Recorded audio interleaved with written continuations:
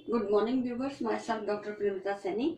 आज हम DElEd second year के school culture management and teacher जिसका पेपर सेकंड है, इसमें क्रियानुसंधान का जो अंतिम सोपान है, 8th सोपान, वो है प्रतिवेदन लिखना।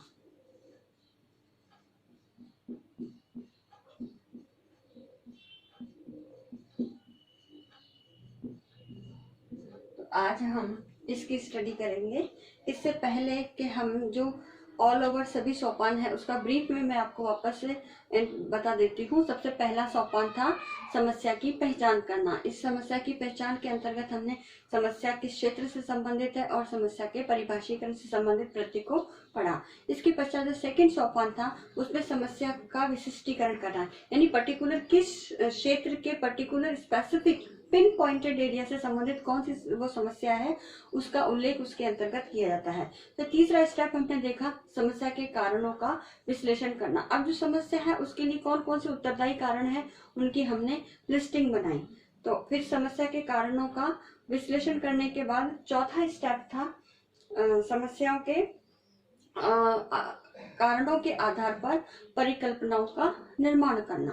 तो परिकल्पनाओं का निर्माण यानी जो टेंटेटिव सॉल्यूशन था वो क्या क्या हो सकते हैं, हमने उसकी स्टडी की। उसके पश्चात जो नेक्स्ट स्टेप था वो था परिकल्पनाओं के आधार पर, यानी क्रियात्मक परिकल्पनाओं के निर्माण के बाद उसकी कार्य योजना प्रस्तुत करना। अभी उसके हमने हाइपोथेसिस बना ली। अब हाइपोथेसिस बनाने के बाद हम इसको एग्जीक्यूट कैसे करेंगे, उसका क्रियान्वयन कैसे करेंगे, तो उसके लिए जो फ्रेमवर्क था वो हमने पढ़ा। उसके अंतर्गत कौन कौन सी टेक्निक्स हम यूज ले सकते हैं और वो कार्य योजना के अंतर्गत हम पूर्व परीक्षण करते हैं।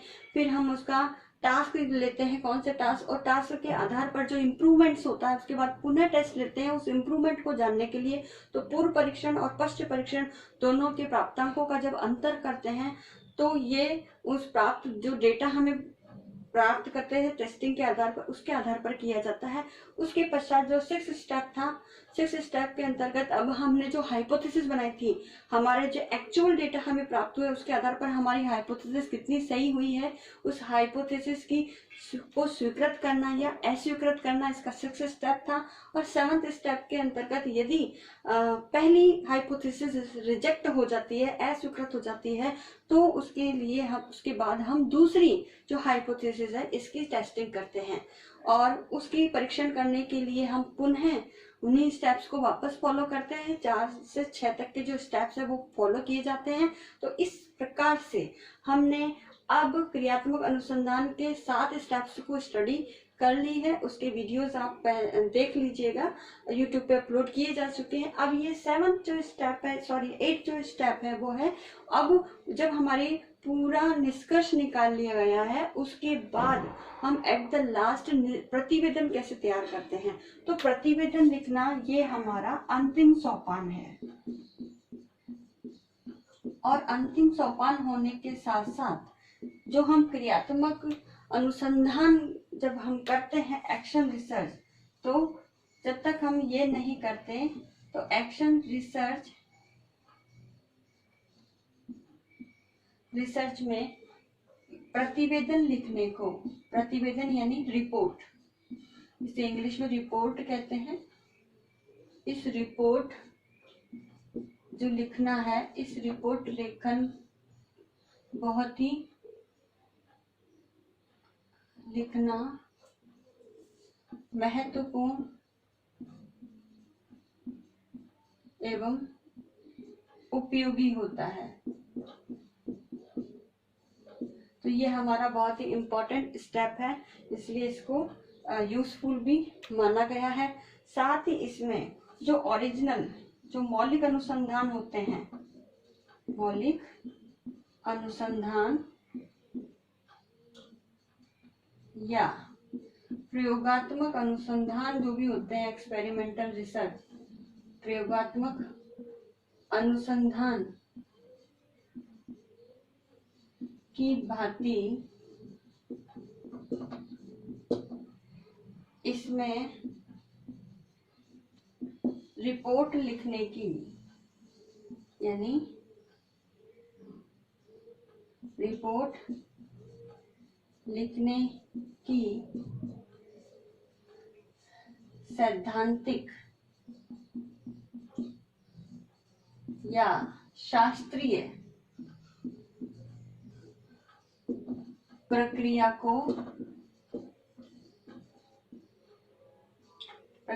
का अनुसरण नहीं किया जाता। यानी रिपोर्ट लिखने के लिए जो भी एक्सपेरिमेंटल रिसर्च है या अप्लाइड रिसर्च है या जो ओरिजिनल रिसर्च है उसके अंदर हम स्टेप बाय स्टेप जिसको फॉलो करते हैं उसी स्टेप्स के आधार पर हमें रिपोर्ट को भी उन्हीं स्टेप्स को फॉलो करते हुए रिपोर्टिंग करनी पड़ती है। लेकिन इसमें क्रियात्मक अनुसंधान में इस प्रकार की कोई स्टेप या जो सैद्धांतिक प्रक्रिया है या कोई शास्त्रीय प्रक्रिया है उसका अनुसरण नहीं किया जाता है। तो इसमें अनुसंधान, इसमें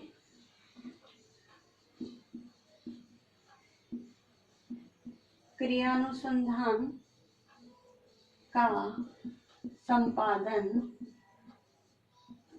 यानी एडिटिंग संपादन के दौरान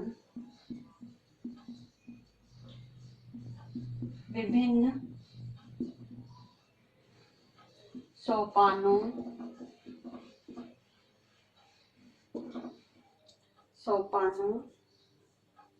के अंतर्गत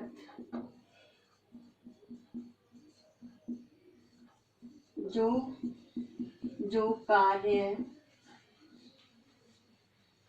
संपादित किए गए हैं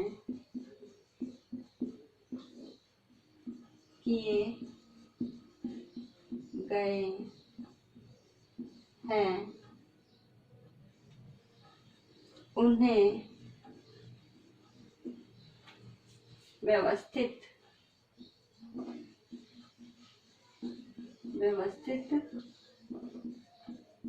ढंग से शुद्ध एवं स्पष्ट भाषा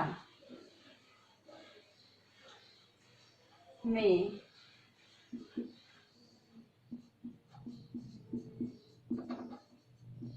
लिपिबद्ध किया जाता है। तो इस प्रकार इसके अंतर्गत जो भी रिसर्चर है, चाहे वो शिक्षक है या फिर संस्था प्रधान है, प्रिंसिपल है, प्रबंधन करता है, एनीबडी एल्स जो उस संस्थान से या विद्यालय से संबंधित होता है और अपने विद्यालय में सुधार लाने का कार्य करता है और उस सुधार लाने हेतु वो एक्शन रिसर्च को अप्लाई करता है, तो वो अपने इस रिपोर्टिंग के दौरान जो भी क्रिया अनुसंधान में वो एडिटिंग का कार्य करता है उसमें उन्होंने जो भी स्टेप फॉलो किए हैं उनके अंतर्गत स्टेप में जो भी कार्य किए गए हैं उन कार्यों को वह व्यवस्थित ढंग से शुद्ध एवं स्पष्ट भाषा का प्रयोग करते हुए लिपिबद्ध करता है, एक सीक्वेंस में उन्हें प्रस्तुत करने का कार्य करता है। तो इस प्रकार ये जो अंतिम सोपान है एक्शन रिसर्च का, ये बहुत ही उपयोगी और महत्वपूर्ण हो जाता है।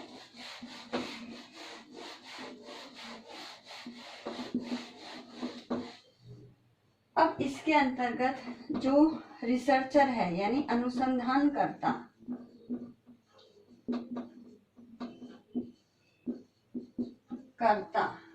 वो मैं या मेरा आदि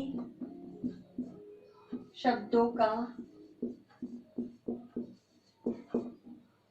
प्रयोग नहीं करता है और वह हमेशा अनुसंधान करता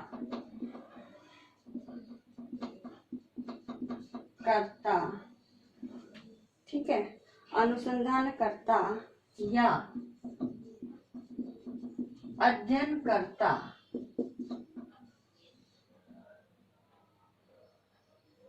के नाम से ही रिपोर्ट लिखने का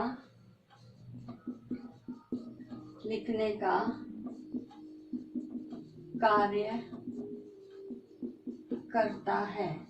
यानी इसके अंतर्गत जो अन्य पुरुष में इसे लिखा जाता है,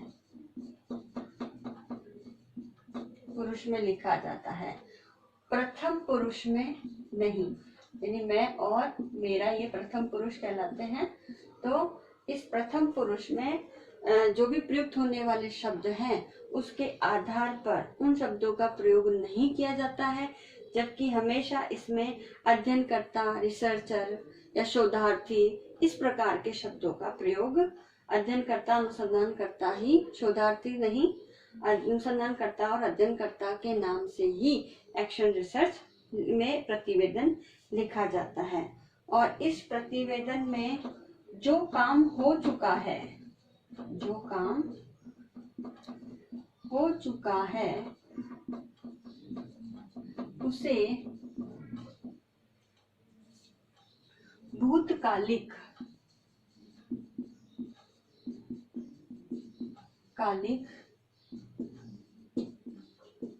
क्रियाओं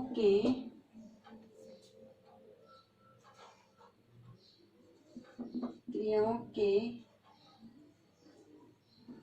रूप में लिखा जाता है। यानी पास्ट टेंस में लिखना या प्रयोग करना। तो इस प्रकार इस एक्शन रिसर्च के अंतर्गत जो भी काम हो चुका है उसे पास्ट टेंस में ही ये किया गया, ये विधि का प्रयोग किया गया। तो इस प्रकार पास्ट टेंस का ही प्रयोग किया जाता है और पास्ट टेंस के अंदर जो भी भूतकालीन क्रियाएं उस अनुसंधानकर्ता ने की है उसका वो प्रयोग करता है। तो इस प्रकार आज के इस वीडियो में हमने क्रियानुसंधान के सभी सोपानों पर अब वीडियो बना करके अपलोड कर दिए हैं। आप उनकी अच्छी तरह से स्टडी कीजिएगा। और साथ ही जो आज का असाइनमेंट है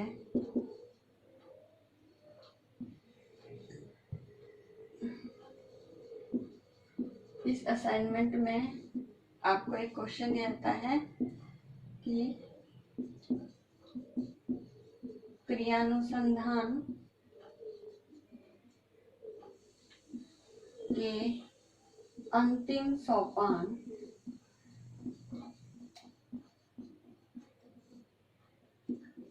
प्रतिवेदन लिखना